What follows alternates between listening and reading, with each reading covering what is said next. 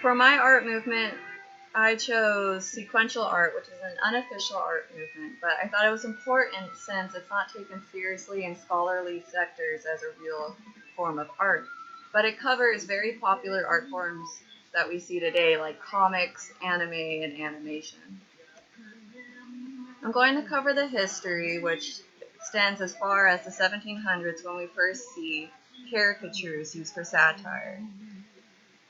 After that, in the 1800s, we start to see the first kind of prototype of the comic strip like Garfield and Archie. At the turn of the century, we start seeing Disney come out with Oswald the Lucky Rabbit, who was a precursor to Mickey Mouse, and his most successful film and the first animated film in America, Snow White and the Seven Dwarfs, which came out in 1937. On the other side of the world, Japan animators and artists were busy as well, creating their first animated film in 1932. But then we enter World War II, where both Japan and America had to switch gears. Disney began making cartoons based on propaganda against the Axis powers, because his films cost lots of money and it was seen as really too much when we were busy rationing and trying to give our best for the war effort. Japan also did propaganda and forced its artists to work for them and make their pro-Axis propaganda or face severe consequences. After the Great War, we see a trend in superheroes. The golden age of comics is going strong at this point, with the Action Comics, which is the first time we see Superman. On the other side of the world, Japan starts to pick up with their very first manga, The Mighty Atom, or as we know him, Astro Boy. For both sides, Japan and America, cartoons pick up. We see Hanna-Barbera making popular shows like Scooby-Doo, and many animes like Gundam and Dragon Ball Z take off from the 70s and 80s. In 1991, America establishes its first 24 hours cartoon network called Cartoon Network. And in 1997, it launches Toonami, where it plays Japanese anime here in the States. And a familiar face we may know, Pikachu from Pokemon, which became a huge hit in America in 1999. Really bridging the gap of anime from Japan here in the United States and picking up in popularity. And in 2006, an anime streaming service that streams even simultaneously with Japan, new anime, was launched, and it was available on many platforms for viewers today, making anime even more accessible.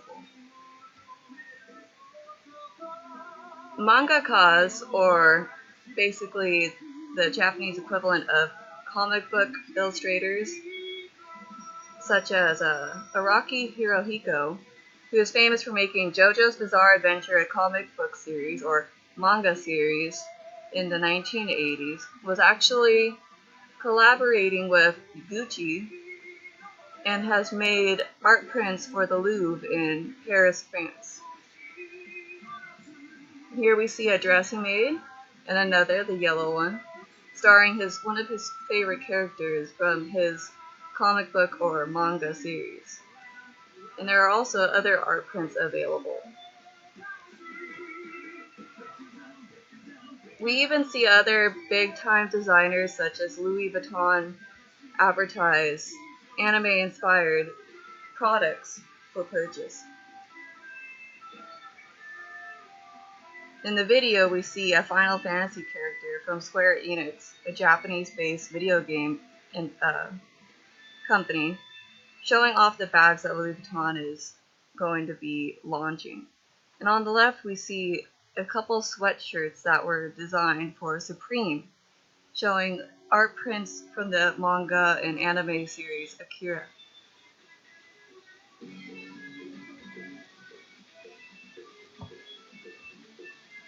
We even see Prada having an anime line that came out in the spring-summer 2008 for their menswear.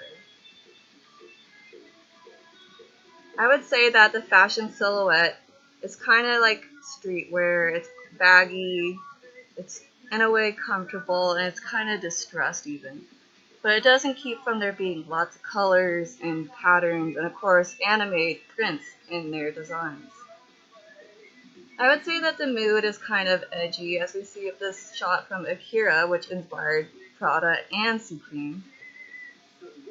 I mean, even the words that are on his jacket show kind of the feeling that they're going of this kind of counterculture punk rock kind of style.